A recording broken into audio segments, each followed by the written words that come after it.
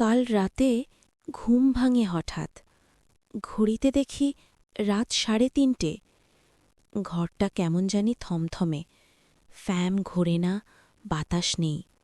হঠাৎ খেয়াল করলাম খাটের নিচে কেউ নিঃশ্বাস নিচ্ছে। আমি চুপ করে কান পাতলাম। ঠিক তখনই খাটের তলা থেকে একটা চাপা গলা বলে উঠল, চুপ থাক, নইলে দেখবি। শরীরটা বরফ হয়ে গেল, গলা দিয়ে শব্দই বের হয় না। ধীরে করে নিচে তাকালাম। অন্ধকারে দুটো চোখ, একদম আমার চোখের মতো। সে ফিসফিস করে বলল, কাল রাতেও তুই ঠিক এই জায়গাতেই তাকিয়েছিলি। আমি দৌড় দিতে চাই, পা চলে না। মোবাইলটা পড়ে যায় হাত থেকে। শেষ যেটা শুনলাম, আজ তুই আর উঠবি না। সকালবেলা লোকজন দরজা ভেঙে ঢুকে শুধু খাটটা খালি পায়। খাটের নিচে তখনও কেউ হাসছিল।